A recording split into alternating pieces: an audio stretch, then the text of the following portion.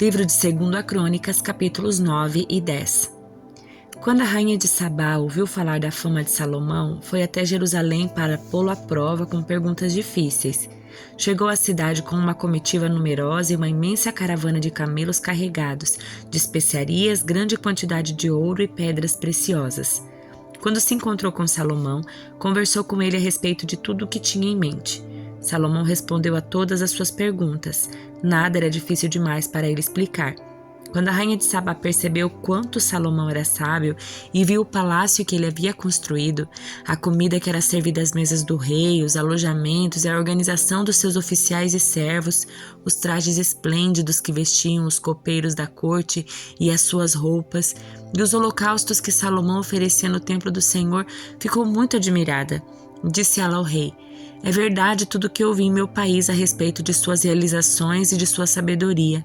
Não acreditava no que diziam até que cheguei aqui e vi com os próprios olhos. Aliás, não tinha me contado nem a metade a respeito da sua grande sabedoria. Vai muito além do que eu ouvi.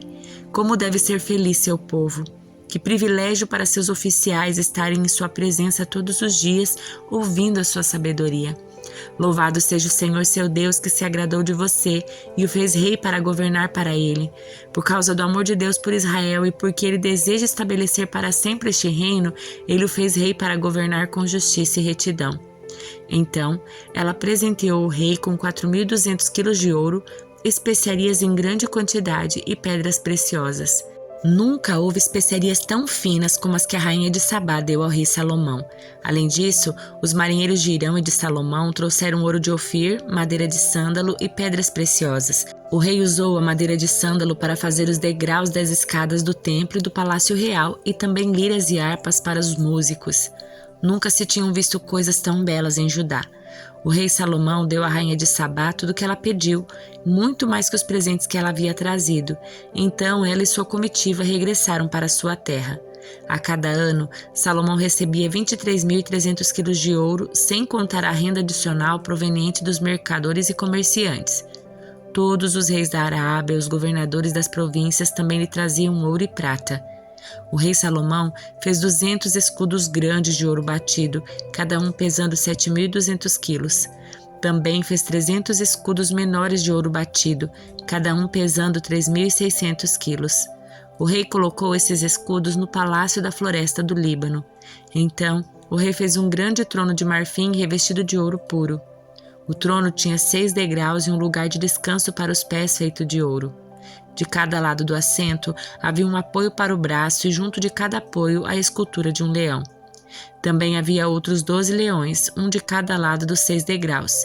Nenhum outro trono em todo o mundo se comparava ao de Salomão. Todas as taças do rei Salomão eram de ouro, todos os utensílios do palácio da floresta do Líbano eram de ouro puro.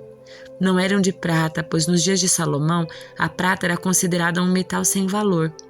O rei tinha uma frota de navios mercantes que navegavam com os marinheiros enviados por Hirão. Uma vez a cada 3 anos, as embarcações voltavam trazendo ouro, prata, marfim, macacos e pavões. Salomão se tornou o mais rico e sábio de todos os reis da terra. Reis de todas as nações vinham consultá-lo e ouvir a sabedoria que Deus lhe tinha dado. A cada ano, os visitantes traziam presentes de prata e ouro, roupas, armas, especiarias, cavalos e mulas. Salomão tinha 4.000 estábulos para seus cavalos e carros de guerra e 12.000 cavalos. Mantinha alguns deles nas cidades designadas para guardar esses carros de guerra e outros perto dele em Jerusalém. Governava sobre todos os reis, desde o rio Eufrates ao norte até a terra dos filisteus e a fronteira do Egito ao sul. O rei tornou a prata tão comum em Jerusalém como as pedras, e havia tanta madeira valiosa de cedro como as figueiras bravas que crescem nas colinas de Judá. Os cavalos de Salomão eram importados do Egito e de muitos outros países. Os demais acontecimentos do reinado de Salomão, do início ao fim, são anotados no registro do profeta Natã, na profecia de Aías de Siló e nas visões do vidente Ido, acerca de Jeroboão, filho de Nebate. Salomão reinou por 40 anos sobre todo Israel em Jerusalém. Quando morreu e se reuniu a seus antepassados, foi sepultado na cidade de Davi, seu pai. Seu filho Roboão foi seu sucessor. Roboão foi a Siquém, onde todo Israel havia se reunido para proclamá-lo rei. Quando Jeroboão, filho de Nebate, soube disso, voltou do Egito para onde havia fugido do rei Salomão. Os líderes de Israel convocaram Jeroboão e ele e todo Israel foram falar com Roboão. Seu pai foi muito duro conosco, disseram. Alivia a carga pesada de trabalho e de impostos altos que seu pai nos obrigou a carregar. Então seremos seus súditos leais. Roboão respondeu: Voltem daqui 3 dias para saber minha resposta. E o povo foi embora. O rei Roboão discutiu o assunto com os homens mais velhos que haviam sido conselheiros do seu pai Salomão. O que vocês aconselham? Perguntou ele. Como devo responder a este povo? Eles disseram: Se o Senhor tratar este povo com bondade, se agradá-los e lhes der uma resposta favorável, eles serão seus súditos leais para sempre. Mas Roboão rejeitou o conselho dos homens mais velhos e pediu a opinião dos jovens que haviam crescido com ele e agora o acompanhavam. O que vocês aconselham? Perguntou ele. Como devemos responder a este povo que deseja que eu alivie as cargas impostas por meu pai? Os jovens responderam: Você deve dizer o seguinte a esta gente que diz que seu pai foi muito duro com eles e que pede alívio. Meu dedo mínimo é mais grosso que a cintura do meu pai. Sim, meu pai lhes impôs cargas pesadas, mas eu as tornarei ainda mais pesadas. Meu pai os castigou com chicotes comuns, mas eu os castigarei com chicotes de pontas de metal. 3 dias depois, Jeroboão e todo o povo voltaram para saber a decisão do rei como ele havia ordenado. Roboão lhes respondeu com aspereza, pois rejeitou o conselho dos homens mais velhos e seguiu o conselho dos mais jovens. Disse ao povo: Meu pai lhes impôs cargas pesadas, mas eu as tornarei ainda mais pesadas. Meu pai os castigou com chicotes comuns, mas eu os castigarei com chicotes de pontas de metal. Assim o rei não atendeu o povo. Essa mudança nos acontecimentos foi da vontade de Deus, pois cumpriu a mensagem do Senhor a Jeroboão, filho de Nebate, por meio do profeta Aías de Siló. Quando todo Israel ouviu que o rei não iria atender seus pedidos, respondeu: Abaixo a dinastia de Davi, o filho de Jessé nada tem a nos oferecer. Volte para casa, Israel. E você, Davi, cuide da sua própria casa. Então todo o povo de Israel voltou para casa. Roboão, porém, continuou a governar sobre os israelitas que moravam nas cidades de Judá. O rei Roboão enviou Adonirão, encarregado dos trabalhos forçados, para restaurar a ordem, mas o povo de Israel o apedrejou até a morte. Quando essa notícia chegou ao rei Roboão, subiu rapidamente em sua carruagem e fugiu para Jerusalém. E até hoje as tribos do norte de Israel se recusam a ser governadas por um descendente de Davi.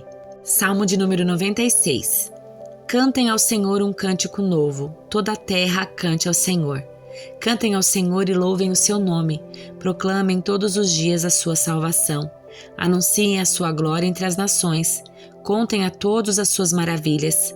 Grande é o Senhor, digno de muito louvor. Ele é mais temível que todos os deuses. Os deuses de outros povos não passam de ídolos, mas o Senhor fez os céus. Glória e majestade o cercam, força e beleza enchem seu santuário. Ó nações do mundo, reconheçam o Senhor. Reconheçam que o Senhor é forte e glorioso. Deem ao Senhor a glória que seu nome merece. Tragam ofertas e entrem em seus pátios. Adorem o Senhor em todo o seu santo esplendor. Toda a terra trema diante dele. Digam entre as nações, o Senhor reina. Ele firmou o mundo para que não seja abalado e com imparcialidade julgará todos os povos. Alegrem-se os céus e exulte a terra. Deem louvor o mar e tudo o que nele há. Os campos e suas colheitas gritem de alegria. As árvores do bosque exultem diante do Senhor, pois ele vem. Ele vem julgar a terra. Julgará o mundo com justiça e as nações com sua verdade. Segunda carta aos Tessalonicenses, capítulo 3. Finalmente, irmãos, pedimos que orem por nós. Orem para que a mensagem do Senhor se espalhe rapidamente e seja honrada por onde quer que vá, como aconteceu quando chegou a vocês. Orem também para que sejamos libertos dos perversos e maus, pois nem todos têm fé. Mas o Senhor é fiel.